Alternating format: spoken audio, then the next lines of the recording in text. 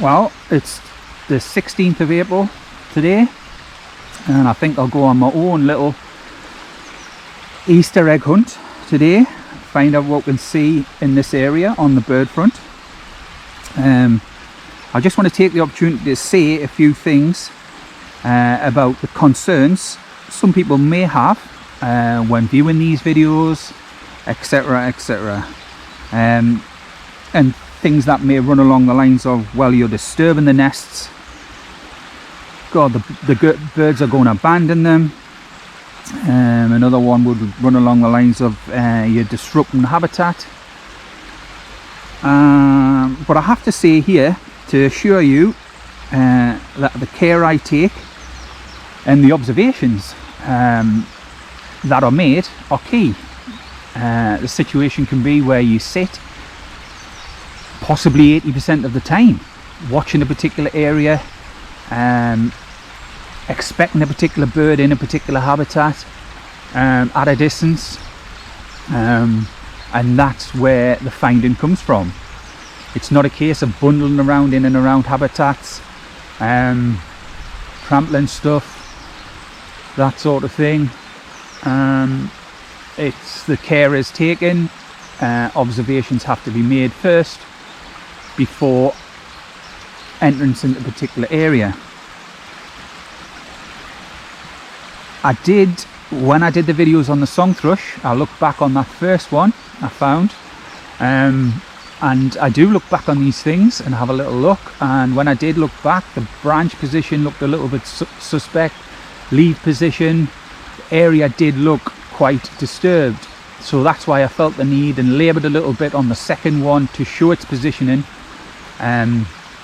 in that fallen tree.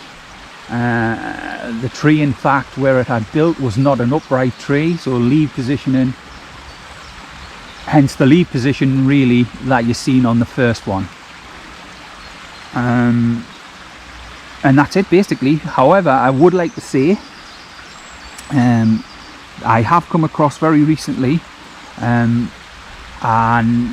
YouTube talk with Geordie. It was done at the Cambridge Union in 2012.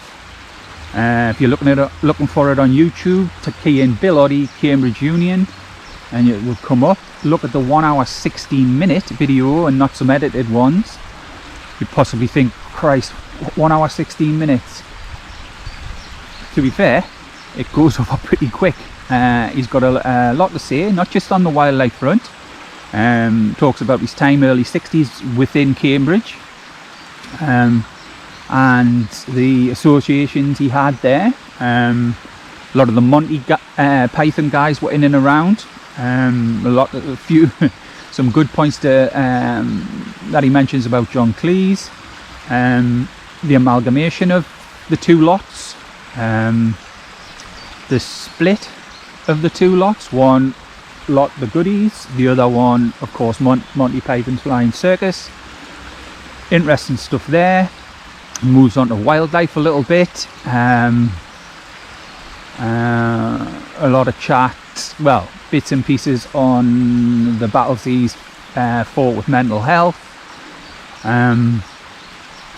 Talks about sport, football, rugby, football chants, quite amusing. Well worth a visit to that, and I am going to put a little clip that is very poignant to particular generations of finding birds' nests, etc, etc. No truer words have been spoken. Well done for him to come out and say something like that.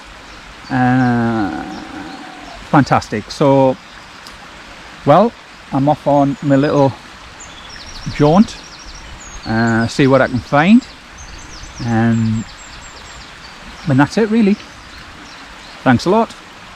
Was there a particular person or event from which your sort of love of nature and birds sort of stemmed, or was it just sort of something you'd look through in the sort of back garden growing up in Rochdale or something and go, I like the look of that sort of... Well, this is an admission of youthful delinquency, basically.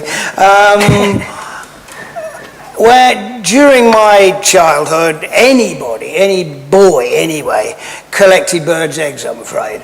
It just was a thing we all did, you know, scrumping apples and pulling girls' pigtails and all those terrible things, and collecting birds' eggs. And that's really what got me into being interested in birds at all.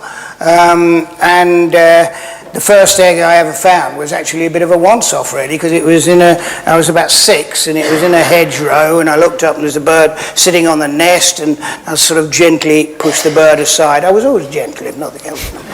Please, can I have a look?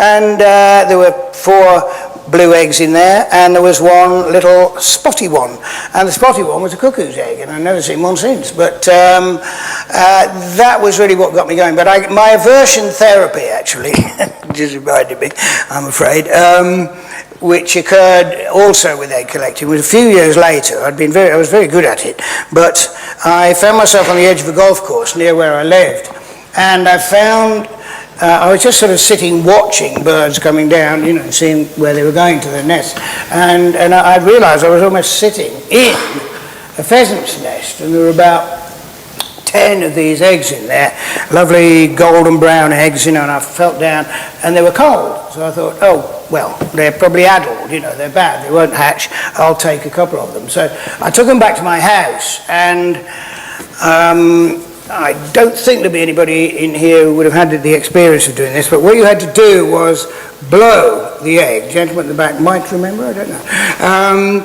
And you put one hole in one end and another hole in the other, and you go like that, and you blow the yolk and stuff out, and you're left with the hollow shell, which is surprisingly strong, actually. You could drop it on the floor and it'd still be all right. And that's what I started to do with this pheasant's egg.